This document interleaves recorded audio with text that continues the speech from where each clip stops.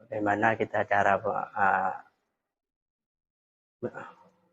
mendapatkan sesuatu dengan berjuang. Khairun nas anfa'uhum linnas. Karena seseorang itu ketika semakin tinggi berarti dia semakin rendah. Kalau menurut saya arti kehidupan itu adalah untuk berusaha dan bermanfaat kepada orang lain seperti itu. Jika orang lain bisa, maka saya juga bisa. Bisa berguna bagi orang lain. Hidup yang berarti adalah hidup yang dia memiliki kebijaksanaan. Kebijaksanaan di sini artinya seseorang itu memiliki dua hal yang harus menjadi pegangan dalam dirinya, yaitu mengubah apa yang seharusnya dia ubah dan berusaha tabah menerima apa yang memang Tuhan takdirkan untuknya. Itu hidup yang berarti bagi saya. Jangan pernah takut akan kegagalan. Jadi dalam hidup, kehidupan itu suatu kesempatan ya. Cuman satu kali kesempatan, jadi lakukan yang terbaik untuk hidup, karena moto saya selalu menjadi orang baik untuk siapapun, kapanpun dan dimanapun, meskipun saya masih berusaha seperti itu. Hidup ini kalau menurut saya adalah proses untuk bisa menjadi lebih baik. Sudah punya? Jika kita membuat hal yang berarti, Pak. Kalau moto saya yang saya dapat pas esai itu, pantang mati tanpa arti. Untuk mengukir kenangan indah di sisi ilahi. Karena orientasi hidup memang akhirat, tapi dunia juga penting seperti itu. Oke. Nilai toleransi kalau saya, Pak. Apa itu toleransi? Toleransi itu adalah suatu sikap atau bentuk kita dalam menghargai setiap perbedaan, baik itu dari agama, ras, sikap, sosial, ekonomi, dan juga organisasi. Hidup itu disyukuri dengan apa yang kita punya.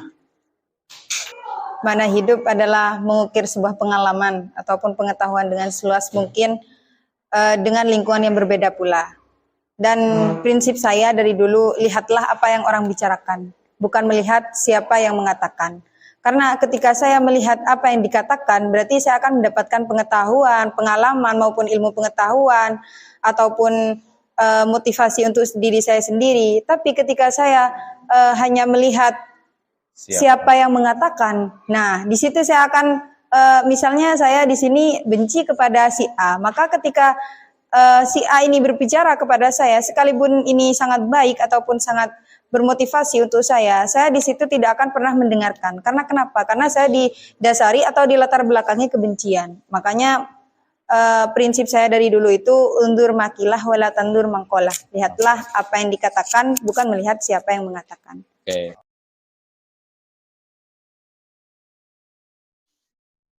Kalau masalah ini bisa izin dari, dan di sini sudah diizini dari Bang Aswa, disuruh mencalonkan jadi duta, jadi bisa memilihnya.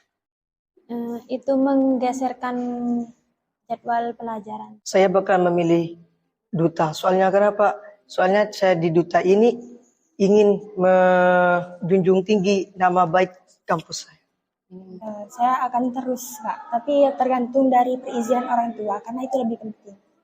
Kalau untuk kesibukannya bisa saya tinggal. Kalau keadaan ini lebih penting di duta, maka saya akan meninggalkan kegiatan yang ada di pondok pesantren. Saya pastinya memilih acara event duta ini.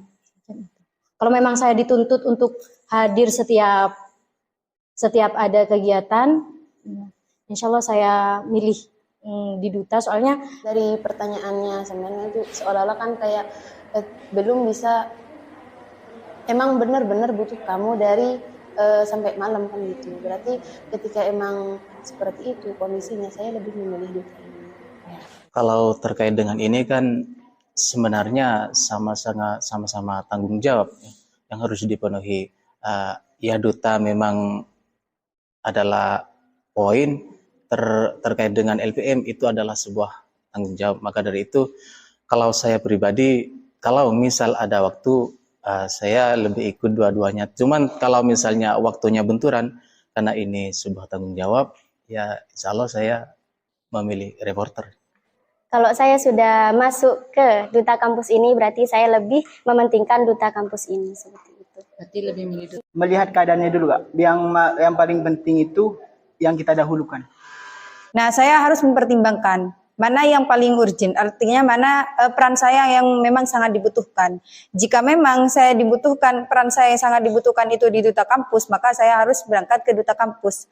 Tapi jika memang sebaliknya, berarti saya harus sebaliknya. Kenapa kok seperti ini? Karena saya mengingat perkataan dari Mary Riana, lakukan salah satunya dulu. Jangan melakukan dua hal dalam satu waktu. Karena dengan demikian ketika kita melakukan dua hal dalam satu waktu, itu akan sesuatu yang akan kita lakukan ataupun hasil yang akan kita terima itu tidak akan maksimal, tidak akan sesuai dengan keinginan kita. Maka